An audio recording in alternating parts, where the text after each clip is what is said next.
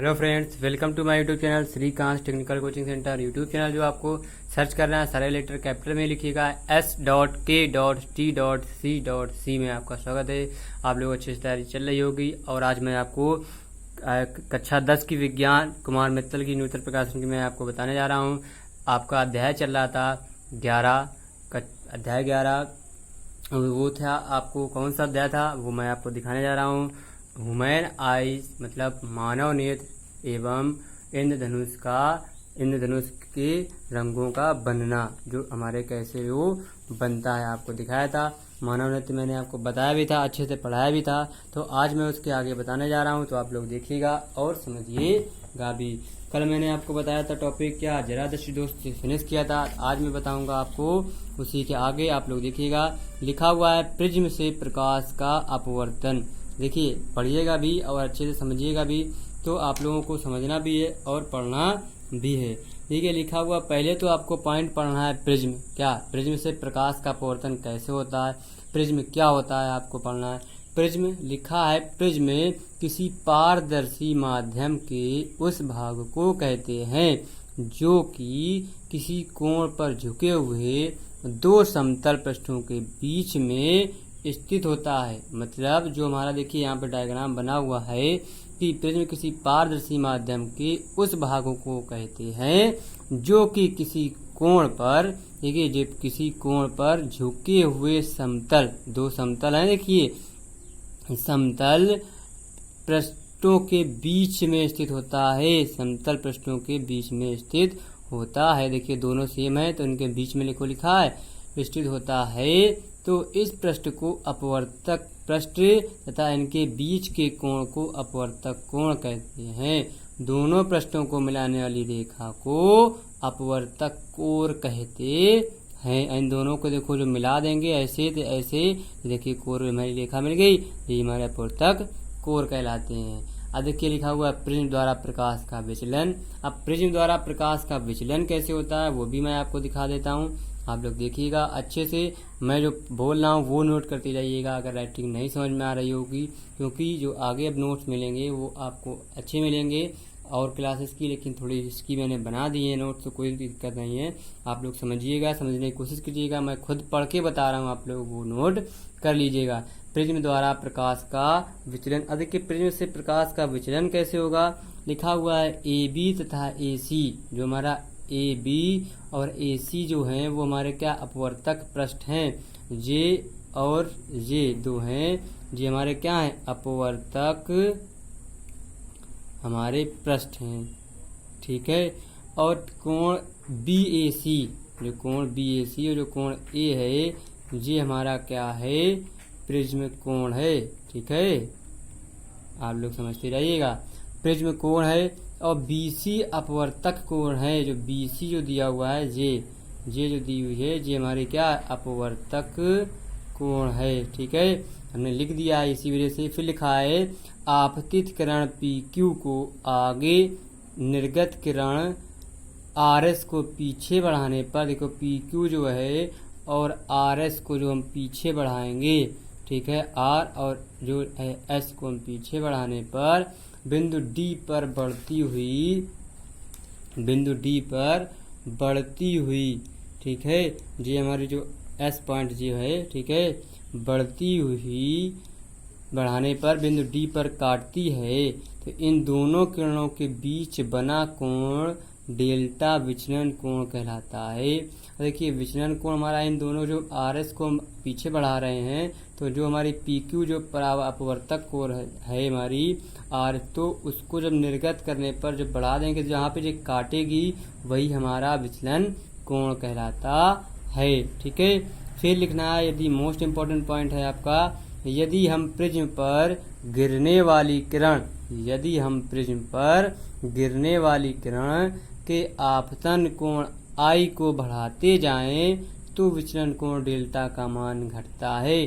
देखिए अगर आपतन कोण I का मान बढ़ेगा तो डेल्टा का मान हमारा घटेगा। ठीक है, अब देखिए फिर लिखा है, पॉइंट में लिखा हुआ है क्या, इस प्रकार एक और केवल एक ही विशेष आपतन कोण के लिए विचलन कोण न्यूनतम होता है। इस न्यूनतम विचलन कोण को अल्पतम विचलन कोण कहते हैं। अब देखिए अल्पतम विचलन कोण क्या होता है, अब आपको उसको भी पढ़ना है।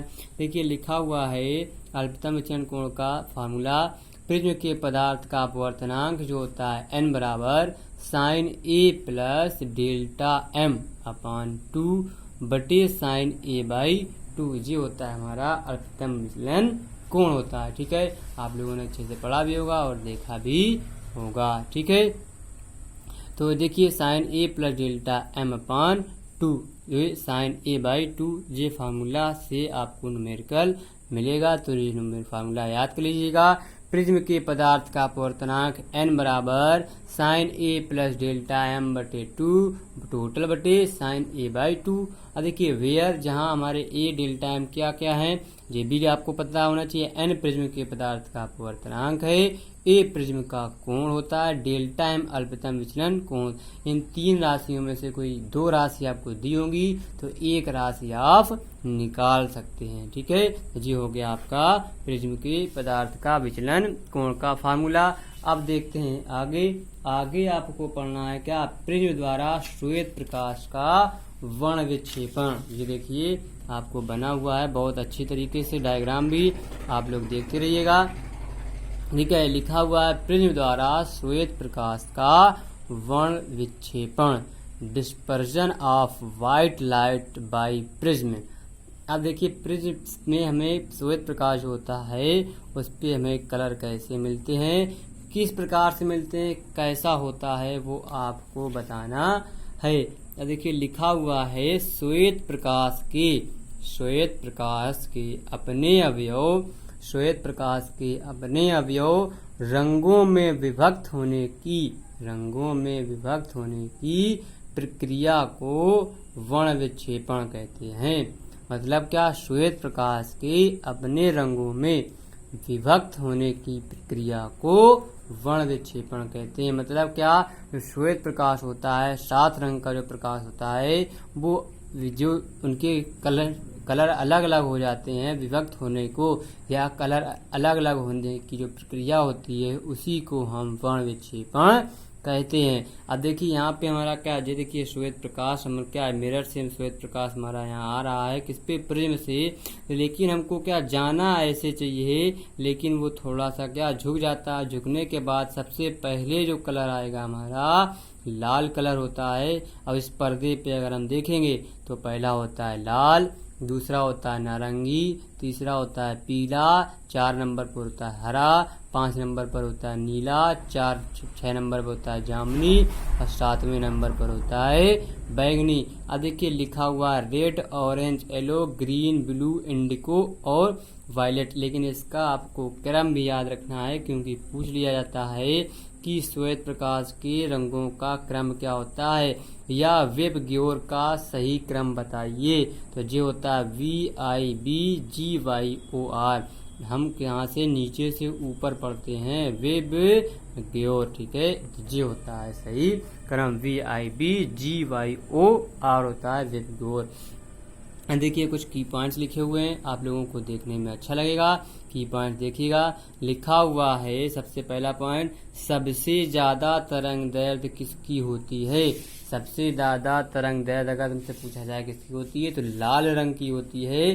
कितनी होती है, 7800 एंगस्ट्रॉन्ग से 6400 एंगस्ट्रॉन्ग। तथा सबसे कम तरंग दैर्घ्य किसकी होती है, हमारी बैंगनी रंग की। देखिए सबसे लाल हमारा सबसे ऊपर है, बैंगनी सबसे नीचे है, तो लाल रंग की सबसे ज्यादा होगी और बैंगनी रंग की सबसे कम होगी। ऐसे आपको याद रखना चाहिए ये पॉइंट। और जो बैंगनी रंग की तरंग दैर्घ्य होती है 4300 एंगस्ट्रॉन्ग से 4000 एंगस्ट्रॉन्ग तक होती है। फिर लिखा दूसरा, बैंगनी रंग के प्रकाश की आवृत्ति सबसे अधिक तथा लाल रंग के लिए सबसे कम होती है। बैंगनी रंग के प्रकाश की आवृत्ति सबसे अधिक तथा लाल रंग के लिए सबसे कम होती है। मतलब बैंगनी में सबसे आवृत्ति जो होती है हमारी जस्ट उल्टा होती है तरंग दैर्घ्य की। बैंगनी रंग में प्रकाश की आवृत्ति सबसे अधिक होती है, लाल रंग में जो आवृत्ति होती है हमारी सबसे कम होती है। ठीक है, तीसरा पॉइंट लिखा हुआ है, तीसरा क्या लिखा हुआ है, प्रिज्म द्वारा बैंगनी रंग का विचलन सबसे अधिक। प्रिज्म द्वारा बैंगनी रंग का विचलन सबसे अधिक तथा लाल रंग का सबसे कम होता है। तो हमारा विचलन कोण होता है, क्या होता है, प्रिज्म द्वारा बैंगनी रंग का विचलन कोण सबसे अधिक तथा लाल रंग का विचलन कोण सबसे हमारा कम होता है। 4 नंबर पॉइंट, प्रिज्म का अपवर्तनांक बैंगनी रंग के लिए सबसे अधिक तथा लाल रंग के लिए सबसे कम होता है। जी आपको 4 की पॉइंट्स बहुत इंपॉर्टेंट है, ऑब्जेक्टिव क्वेश्चन में आपको पूछे जा सकते हैं, तो आप लोग भी लिखिएगा और उनको पढ़िएगा और समझिएगा भी। अब बताते हैं कि प्रिज्म द्वारा प्रकाश के वर्ण विक्षेपण का कारण क्या है, वो भी आपको बता देते हैं। कारण, अब देखिए कुछ नहीं कारण है, बहुत ही सिंपल सा कारण है, आपको देखिएगा लिखा हुआ है causes of dispersion of light by prism. लिखा हुआ है किसी पारदर्शी माध्यम में जैसे जैसे प्रकाश के रंगों, किसी पारदर्शी माध्यम में जैसे जैसे प्रकाश के रंगों का अपवर्तनांक बढ़ता जाता है वैसे वैसे पदार्थ में उसकी चाल कम होती जाती है। जैसे कांच में बैंगनी रंग के प्रकाश की चाल सबसे कम तथा अपवर्तनांक सबसे अधिक, अभी ऊपर बताए हैं, अपवर्त सबसे अधिक होता है तथा लाल रंग की चाल सबसे अधिक एवं अपवर्तनांक सबसे कम होता है। ये बात जिस 4 पॉइंट में मैंने जो चीज़ बताई है वही आपको देखिए यहाँ पे कागज में लिख भी सकते हो वही 4 पॉइंट, तो कोई दिक्कत नहीं है। लाल रंग की तरंग दैर्ध्य सबसे अधिक तथा बैंगनी रंग की तरंग दैर्ध्य सबसे कम होती है, इसलिए लाल रंग किसी माध्यम में सबसे तेज चलता है और जबकि बैंगनी रंग धीमा चलता है, अतः लाल रंग का विचलन सबसे कम होता है। एग्जाम्पल जैसे इंद्रधनुष, इंद्रधनुष में लाल रंग हमारा सबसे कम होता है और बैंगनी रंग सबसे ज़्यादा और ब्लू कलर भी सबसे ज़्यादा दिखाई देता है, ठीक है, क्योंकि इनके विचलन हमारे कम होते हैं। तो आप लोगों को अच्छा लगा होगा पढ़कर। कल आपको बताया जाएगा कि इंद्रधनुष कैसे हमारा बनता है, किन कारणों से बनता है और किस प्रकार बनता है, तो ये आपको कल बताया जाएगा। और आपको बताया जाएगा कि हम लोग पृथ्वी सूर्योदय तथा सूर्यास्त के समय सूर्य लाल दिखाई क्यों पड़ता है, वो भी आपको बताया जाएगा पॉइंट्स बाय पॉइंट। तो आप लोग अच्छे से देखिएगा और अच्छे से समझिएगा भी, ठीक है। तो कल फिर मिलते हैं, आपको नए जोश, नए उत्साह, नए एनर्जी के साथ में आप लोग अपने YouTube चैनल को क्या कीजिएगा, शेयर कीजिएगा, लाइक कीजिएगा और कमेंट भी कीजिएगा। और सब्सक्राइब अभी तक नहीं किया तो सब्सक्राइब भी कर लीजिए, क्योंकि सब्सक्राइब करने के बाद आप लोग बेल आइकन को भी दबाइएगा, क्योंकि जब बेल आइकन आप दबाएंगे तभी आपको लेटेस्ट वीडियो की नोटिफिकेशन आपके मोबाइल पर आ जाएगी, तो आप लोग वहां से उसका लाभ उठा सकते हैं। कल फिर मिलते हैं, बाय बाय।